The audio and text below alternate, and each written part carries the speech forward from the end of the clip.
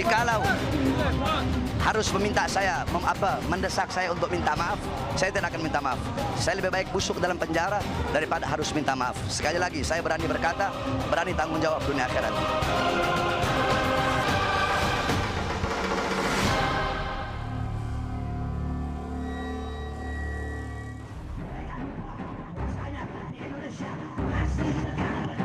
Viralnya ceramah Habib Bahar bin Smith jelang Pilpres 2019 di media sosial berbuntut panjang. Habib Bahar bin Smith menjadi sorotan akibat ujaran kebencian yang dilayangkan kepada Presiden Joko Widodo. Atas ceramahnya itu pun, Bahar bin Smith dilaporkan ke polisi oleh sejumlah pendukung Jokowi, yakni Jokowi Mania dan Cyber Indonesia. Menanggapi dilaporkan dirinya oleh sejumlah pihak, Bahar bin Smith memastikan ia tidak akan meminta maaf atas pernyataannya yang dianggap menyebarkan kebencian dan menghina Presiden. Bagi saya, demi rakyat yang susah, demi rakyat yang kelaparan, demi rakyat yang kehausan, demi rakyat yang menderita, demi umat Islam, demi bangsa, demi negara Indonesia, jangankan hanya di penjara, nyawa saya, jiwa saya, darah saya murah untuk Islam dan murah untuk rakyat Indonesia. Oleh karenanya, jikalau harus meminta saya, mendesak saya untuk minta maaf, saya tidak akan minta maaf. Saya lebih baik busuk dalam penjara daripada harus minta maaf. Sekali lagi, saya berani berkata, berani tanggung jawab dunia akhirat. Ini bisa saya sampaikan. Saat ini Bareskrim Polri melakukan pencekalan terhadap penceramah Bahar Smith setelah dilaporkan karena dalam ceramahnya diduga menyebarkan kebencian serta menghina Presiden Joko Widodo sebagai kepala negara. Pencekalan ini dilakukan guna mencegah terlapor ke luar negeri dan mempermudah proses penyelidikan pihak kepolisian. Tim TV One mengabarkan.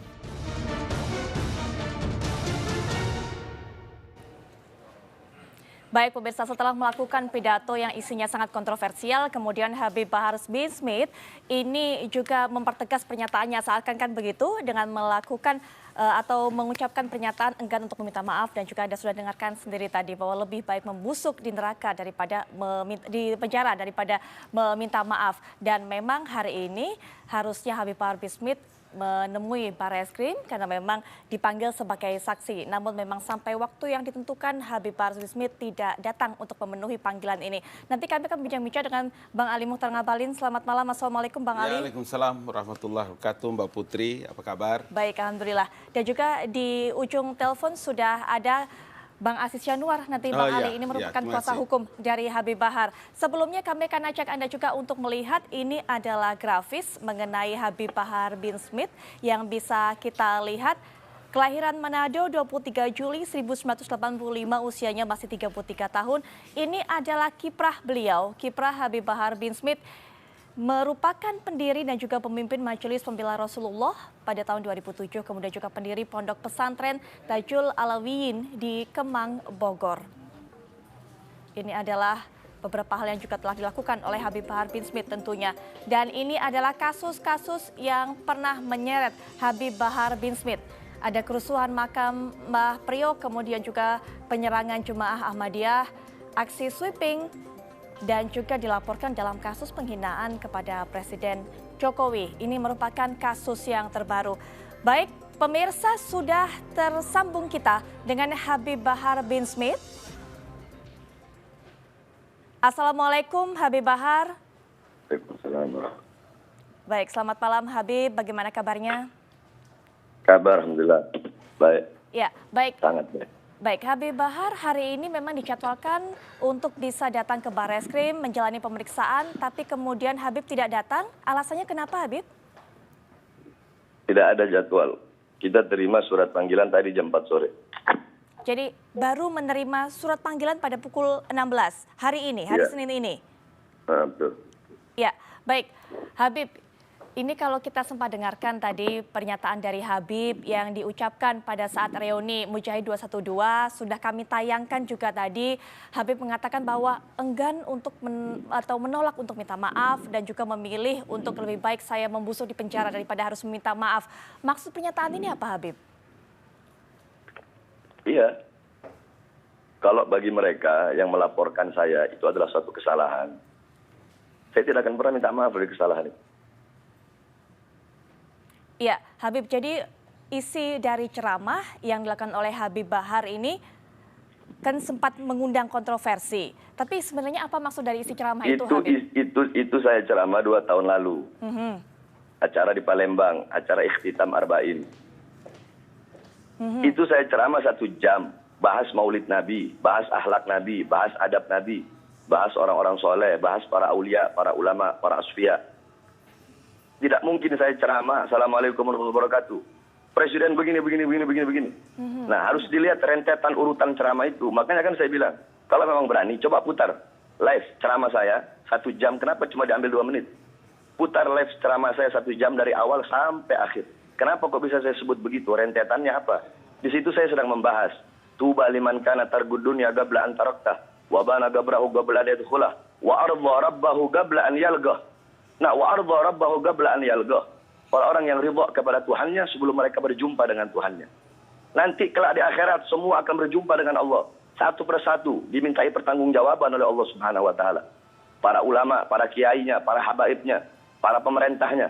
Sebelum saya bahas penguasa, sebelum saya bahas pemerintah, di situ saya bahas para ulama-ulamanya dulu. Para ustadz, para kiai, para habaib yang ceramah pasang taris, satu persatu dimintai pertanggungjawaban. Mereka bukan menghidupkan Islam tapi cari hidup dalam Islam. Bukan menghidupkan dakwah tapi cari hidup dalam dakwah. Kamu ulama ini, kamu ulama begini. Satu persatu dilempar oleh Allah ke dalam neraka sebelum para pemerintah. Nah, baru saya bahas pemerintah. RT, RW, lurah, camat, bupati, wali kota, menteri, presiden. Satu persatu. Pada hari itu tidak ada yang punya jabatan. Tidak ada yang punya pangkat. Jokowi tidak punya jabatan pada hari itu. Tito tidak punya pangkat dan jabatan pada hari itu. Yang punya jabatan, yang punya pangkat raja pada hari itu hanya Allah Subhanahu wa taala. Satu persatu dimintai pertanggungjawaban. Para pemimpin yang zalim, para penguasa yang memberikan janji-janji palsu kepada rakyat, yang tidak amanat, yang munafik, satu persatu. Sehingga saya bahas ketika seorang presiden yang dimana dia berjanji pengen didemo, kalau didemo nanti akan saya terima di istana. Tapi nyatanya ketika aksi 411 jutaan umat Islam, ribuan para habaib, ribuan para kiai, ribuan para ustadz. Mereka semua datang meminta keadilan presiden. Ingin berjumpa dengan presiden untuk meminta penegakan hukum kepada penista agama. Malah presidennya lari. Malah presidennya kabur. Apa namanya kalau bukan banci? Terus di ceramah saya itu, saya juga bahas bahwasanya Jokowi pengkhianat bangsa. Dia memberikan janji-janji palsu kepada rakyat. Tetap berjanji memakmurkan rakyat, mensejahterakan rakyat. Tapi yang makmur bukan rakyat, yang sejahtera bukan rakyat. Baik Habib Bahar, baik. Di studio bersama saya sudah hadir Bang Ali Mokhtar Ngabalin. Bang Ali, mungkin bisa dijelaskan. Assalamualaikum, kaifal hal ya Bahar? Alhamdulillah, khair. Kuis ya, oke. Ini Bang Ali, Masya Allah ini. Kuis. Sama-sama orang timur, bagaimana? Anak-anak kampung Arab ini. Iya, anak kampung Arab, betul. Ada tanggapan memang, hal ini. Memang yang paling penting adalah begini, di dalam Islam itu memang tidak ada teori minta maaf. Yang ada dalam teori konsep Al-Quran itu adalah wal'afina anin nas wallahu yuhibbul muhsinin. Memberi maaf. Jadi tidak ada konsep orang minta maaf. Minta maaf itu tidak ada. Karena itu di beberapa media kan saya bilang bahwa tidak ada kewajiban. Minta maaf itu tidak ada kewajiban. Karena itu makanya saya selalu bilang bahwa siapa saja yang menghujat, siapa saja yang mencaci, siapa saja yang menghina Jokowi secara pribadi dan Presiden Republik Indonesia, sejak awal beliau telah memberi maaf kepada siapapun. Dan itu saya dengar. Karena itulah maka saya pikir memang tinggal nanti publik yang memberikan penilaian. Publik yang memberikan penilaian bahwa keramatamahan Islam itu diatur di dalam Al-Quran, tentang mengajak, tentang membina, tentang berdialog. Gitu. Itu konsepnya, Bang makanya, Ali, saya tahu sabda-sabda hadis-hadis tadi. Bang Ali tahu, Bang Ali buka kitab Tarikh Ibnu Jarir At-Tabari. Tahu kitab Tarikh Ibnu Jarir At-Tabari? Waktu Rasulullah SAW mengutus 70 ahli Qura. Ya. Waktu Nabi utus untuk membimbing kabilah Hari'lin, Hayyan, Zakwan, Usayyah. Waktu itu 70 orang ahli Qura itu dibunuh. Apa kata Nabi? Antum buka itu kitab Jarih, kitab Tarikh Ibnu Jarir At-Tabari. Allahumma sydud wa ta'ataka ala mudar wa ja'ala alaihim sinina ka sinin Yusuf. Ya Allah, keraskanlah siksamu atas kaum Mudar. Ya Allah, jadikanlah atas mereka musim kemarau seperti musim kemarau yang terjadi pada zaman Nabi Yusuf. Allahumma la'an fulan, yani Allahumma la'an Ri'lin, Allahumma la'an Hayyan, Allahumma al'an Zakwan. Ya Allah, laknatlah si Bapak kabilah Re'lin, kabilah Hayyan, kabilah Zakwan. Yakni Nabi Muhammad diutus bukan untuk melaknat, bukan untuk menghina. Tapi ada saat-saatnya yang dimana golongan-golongan yang sudah keterlaluan, yang berbuat dosa, mungkarat, dolalat, sayiat, yang mereka itu khusus memang dilaknat oleh Nabi Muhammad. Nabi laknat mereka. Walaupun Nabi bilang, aku diutus bukan sebagai pelaknat. Tetapi ada golongan-golongan yang memang dilaknat oleh Nabi. Jadi jangan, saya seperti ini. Nabi Muhammad berkata, Adabani Rabbi fahsana ta'dibi. Allah yang mendidikku. Sebaik-baik akhlak Nabi Muhammad. Sampai-sampai kami punya kakek, Sayyidina Ali bin Abi Thalib. Beliau berkata, ta'adabtu bi'adabin Nabi. Aku beradab dengan adab Nabi Muhammad. Seperti apa adabnya Sayyidina Ali? Beliau itu dibunuh oleh Ibn Muljam. Ketika dibunuh, pribadi beliau dibunuh, apa kata beliau? Akhlak beliau, adabnya beliau. Apa kata beliau? Kasih Ibn Muljam itu minum, karena dia dalam keadaan kehausan. Kasih Ibn Muljam itu makanan, sebagaimana makanan yang kalian berikan kepadaku. Kasih Ibn Muljam perlindungan, sebagaimana perlindungan yang kalian berikan kepadaku. Okay. Akhlak siapa itu? Itu akhlak kami punya kakek, Sayyidina Ali bin Abi Thalib. Jadi kalau mau akhlak, Bang Ali jangan ajar-ajari kita orang tentang akhlak. Kita orang lebih tahu itu. Begini Bahar, ente dengar baik-baik. Di dalam konsep-konsep seperti ini memang saya harus mengatakan bahwa semua yang terkait dengan ajaran-ajaran kerasulan Muhammad SAW. Kalau mau bahas agama, ya jangan. Begini, yang bertentangan dengan konsep-konsep yang dijelaskan oleh Al-Quran tentang ud'u ila sabili rabbika bil hikmah wal mau'izatil hasanah wajadilhum billati hiya ahsan. Semua rentetan-rentetan itu dalam konsep ilmu hadis itu yang disebutkan oleh Tauhidul Ikhran itu butuh pembahasan. Kenapa begitu? Coba lihat di dalam. Saya mencatat beberapa hadis Nabi yang memang saya sengaja malam ini untuk kemukakan. Imam Ahmad umpama di dalam hadis sahih, man ahana amiruhu ahanallahu. Siapa yang menghina pemimpinnya, maka Allah akan menghina dia. Itu kan konsep yang diajarkan oleh Rasulullah SAW. Pemimpin yang seperti apa, Bang Ali? Karena itu begini. Seperti apa? Jangan. Pemimpin seperti apa? Begini. Antum harus tahu dulu konsep pemimpin itu pemimpin yang seperti apa dia dalam hadis itu. Di dalam keterangan kitab. Ada asbabul wurudnya. Antum jangan cuma belajar matan, belajar syarahnya. Antum dengar syarahnya. Di dalam konsep hadis itu menjelaskan jangankan orang mukmin, hatta orang kafir. Oh betul, kalau itu saya setuju. Iya betul. Tetapi yang disuruh oleh agama itu adalah ta'awanu alal birri wat taqwa wala ta'awanu alal ismi wal udwan. Bukan dalam konsep mengajak kemudian mencaci dan menghujat pemimpin. Ana ini begini, ana ini kakak dan abang darimu. Bang Ali tunggu. Bahar. Bang Ali tahu hadis afdalul jihad, kalimatu haqqin wa fi riwayah kalimatu adlin inda sultanin jair. Ya, gini. Bang Ali tahu kan hadis itu? Abang Ali artikan saja, tidak perlu saya artikan. Bang Ali, maaf. Oke. Nanti kita akan lanjutkan. Habib Bahar, maaf, nanti kita akan berikan kesempatan lagi untuk menjelaskan lagi dan juga berbincang kembali berdialog dengan Bang Ali Mukhtar Ngabalin. Oke. Tentunya setelah jeda berikut ini, Habib ya. Mohon tetap ada di sambungan telepon, kita akan kembali setelah iklan.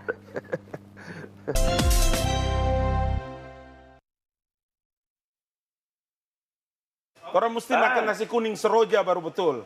Oh iya, mesti pergi ke Manado ini. Baik, apa kabar Indonesia Malam kembali lagi dan juga masih di ujung telepon masih ada Habib Bahar bin Smith, Bang Ali. Ya, Habib. Tapi Habib Bahar sendiri bagaimana menanggapi laporan atas ceramah yang sempat Anda sampaikan ini terkait kasus ini, Habib? Ya kan, itu kan saya sudah bilang. Itu mereka yang melaporkan saya. Ada di pihak rezim, ada di pihak kekuasaan. Ya biar masyarakat saja yang menilai. Baik. Biar rakyat yang menilai, biar umat Islam yang menilai. Habib, kalau Habib mengaku tadi menyatakan bahwa baru menerima surat panggilan dari Barreskrim hari Senin ini pukul 16 waktu Indonesia Barat. Apakah nanti kalau ada surat panggilan berikutnya datang, karena memang Barreskrim rencananya untuk mengirimkan surat panggilan lagi dengan alamat yang berbeda, apakah akan datang dan siap Surat panggilan pertama baru sampai tadi sore. Betul. Surat panggilan pertama itu baru sampai tadi sore. Di situ tertulis tanggal 6. Ya saya bakal datang. Ya bagus. Ya. Hari Kamis. Sebagai kewajiban saya bakal datang. Top. Baik. Saya orangnya kooperatif. Kooperatif. Baik. Nah, Habib mungkin bisa dijelaskan juga kembali karena ini juga untuk meluruskan kalau tadi Habib juga berkata bahwa ini sebenarnya ceramahnya ini sepanjang 60 menit. Mungkin bisa dijelaskan juga konteks ceramah saat itu kemudian sampai harus membawa nama penguasa, nama presiden begitu dan bagaimana Habib memilih kata-kata yang ini agak kontroversial, bukan kata-kata yang terdengar adem di telinga umat, tapi cukup panas juga, cukup kontroversial juga kalimat-kalimat yang dipilih oleh Habib, begitu Habib. Sekarang begini, istilah banci itu pasti disematkan, pasti dikaitkan, pasti diikatkan dengan seseorang yang memiliki jiwa penakut. Itu pasti dikaitkan, disematkan dengan kalimat banci. Dan saya mengatakan banci di situ bukan pribadinya, tetapi sebagai penguasa, sebagai presiden, sebagai pemimpin negara. Karena kita orang dilarang menghina pribadi, tidak boleh. Bang Ali juga tahu kok itu. Ya, Bang Ali mungkin bisa memberikan tanggapan juga. Ya, yang pasti begini, saya tidak dalam posisi untuk menilai apakah Akhina Bahar bin Smith ini bersalah atau tidak. Itu bukan kapasitas saya. Kapasitas saya adalah dalam kapasitas sebagai Ketua Umum Badan Koordinasi Mubalik seluruh Indonesia. Punya tanggung jawab kepada publik, saya kemudian Bahar, kita sama-sama punya waktu yang cukup untuk memberikan edukasi kepada publik Indonesia. Karena itu saya berkali-kali bilang bahwa ada kewajiban untuk orang meminta maaf dan memberi maaf. Itu dua hal yang berbeda di dalam konsep Al-Quran. Cuma memang dalam konteks seperti ini saya harus mengatakan bahwa ketika kalau semua ujaran-ujaran itu kemudian mencederai orang lain, kemudian menyakiti orang lain, maka lafal-lafal yang keluar dari para mubalik, ya, karena kita ini kan bergaul dan bebas, para kiai, para habaib, para ulama. Saya tidak membayangkan bagaimana kalau negeri ini tidak datang, kita orang punya dato-dato habaib ini dari Hadramut. Mungkin orang tidak ada Islam di negeri ini. Tunggu dulu, saya potong sebentar. Tunggu, antum dengar dulu. Antum dengar. Bahar dengar dulu, karena tadi Bahar bicara, abang dengar. Tunggu dulu. Saya bicara sebentar, tidak lama Bang Ali. Oi, coba. Tunggu dulu. Coba ente bicara, mau dengar. Itu Abang Ali dia bilang konteks memberi maaf. Itu saya tahu intinya apa. Seakan-akan Jokowi itu yang lebih baik. Begitu intinya itu. Tidak. Jangan ente berprasangka buruk. Di situ ente punya negatif thinking. Antum dengar dulu Bang Ali. Antum dengar. Anak bawa hadis. Antum bilang prasangka buruk. Anak bawakan antum hadis. Khaslatani laisa fawqahuma syai'un minal khair. Husnuban billah wa husnuban bi ibadillah. Wa khaslatani laisa fawqahuma syai'un minasy syarr. Su'uban billah wa su'uban bi ibadillah. Dua perkara, tidak ada yang lebih baik darinya. Berprasangka baik kepada Allah dan prasangka baik kepada hamba-hamba Allah. Dan dua perkara tidak ada yang lebih buruk darinya. Prasangka baik dua perkara tidak ada yang lebih buruk darinya. Prasangka buruk kepada Allah dan prasangka buruk kepada hamba Allah. Tetapi di situ Imam Suyuti memberikan ta'liq, memberikan komentar tentang itu hadis. Al-zahir unwanul batin. Apa-apa yang ada di luar itu cerminan dari apa-apa yang ada di dalam. yakni al-zahir yadullu ma fil batin. Apa-apa yang ada di luar itu menampakkan dari apa-apa yang ada di dalam. Kenapa saya berani berkata seperti itu? Saya bilang, Abang Ali bilang, Jokowi itu seakan-akan Jokowi itu yang memberi maaf terus saya tidak meminta maaf, dia mau seakan-akan lebih baik begini. Nah, Bahar, dengar, sebelum antum punya kelakuan begini, dari awal saya sudah bilang, bukan baru pertama kali saya bilang. Sejak awal saya kasih tahu kepada seluruh rakyat Indonesia, siapa yang mencaci, siapa yang menghujat, siapa yang mencaci maki Jokowi secara pribadi dan Presiden Republik Indonesia, dia memberikan maaf kepada Anda semua. Ingat baik-baik, bukan baru antum hari ini. Boleh putar ini semua rekaman di TV One, saya bilang. Karena itu saya bicara dengan Presiden. Apalagi kayak seperti Bahar, nggak ada urusan itu sama sekali. Ente jangan berprasangka buruk dengan Presiden Jokowi. Bukan prasangka buruk, orang kayak antum memang harus prasangka buruk. Imam Suyuti bilang. Nggak bisa.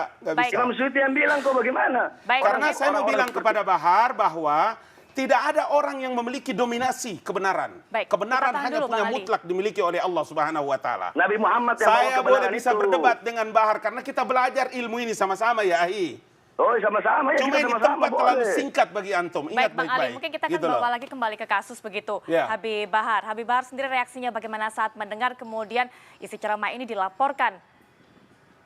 Yang sudah 2 tahun lalu sebenarnya kalau Anda katakan tadi bahwa ceramah ini Anda lakukan. Kan udah saya bilang. Saya tidak akan pernah menjilat ludah sendiri. Jadi saya berani berkata, berani tanggung jawab. Kalau ludah sendiri aja tidak saya jilat, apalagi jadi penjilat pemerintah, jadi penjilat penguasa. Kenapa Bang Ali ketawa?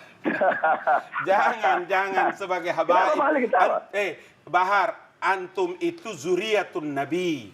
Jangan Loh, begitu iya, makanya kalimatnya. kita orang Tidak bicara boleh, ini yang tidak betul. boleh. Kita bicara tidak yang benar. boleh. Antum masih terlalu muda, jadi jangan bawa emosinya. Terlalu Tidak ada muda, saya bawa Bahar. emosi, Bang Ali. Nggak boleh. Tidak ada Jangan, saya dilarang aja ini berkata-kata begitu. sebelum saya bilang ini saya habis ngajar kitab Ihya Ulumuddin. Tidak ada saya bawa emosi. Cuma emang kan kita bicaranya begini. Emang cara bicaranya kita seperti ini, bukan cuma di atas panggung. Saya sendiri tidak ada masalah dengan Bahar. Saya sendiri tidak punya masalah dengan Bahar. Mau cincang kepala di bawah, kaki di atas, mau sesuka apapun, tidak ada masalah bagi kita. Kita orang tidak ada punya masalah apa-apa. Bagi saya berkepentingan itu adalah memberikan tanggung jawab kepada publik Indonesia untuk mengajarkan tentang bagaimana sebetulnya sebuah publik itu harus diberikan edukasi. Itu aja. Lain dari situ tidak ada. Kita tidak punya masalah apa-apa.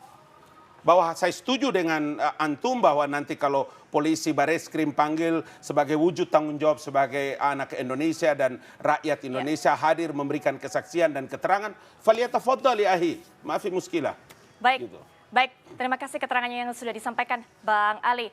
Habib Bahar, kami sekali lagi ingin mengkonfirmasi bahwa panggilan berikutnya yang dilakukan oleh Bareskrim, Habib akan datang ya, tanggal 6?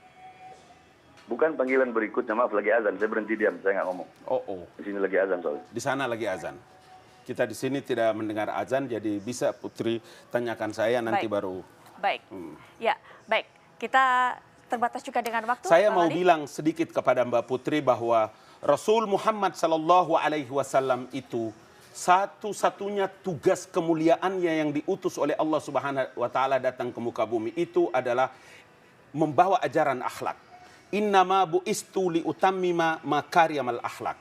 Sesungguhnya aku ini, kata Nabi, diutus ke muka bumi untuk memperbaiki akhlak dan budi pekerti daripada umat manusia. Baik. Lain dari situ tidak ada. Baik, terima kasih Bali. Nanti kita akan lanjutkan atau kita akan tunggu bagaimana kelanjutan dari kasus ini. Terima kasih Saya Habib terima Bahar kasih bin Smith Adindaku yang Habib sudah Bahar juga bin menyediakan Smith. waktunya.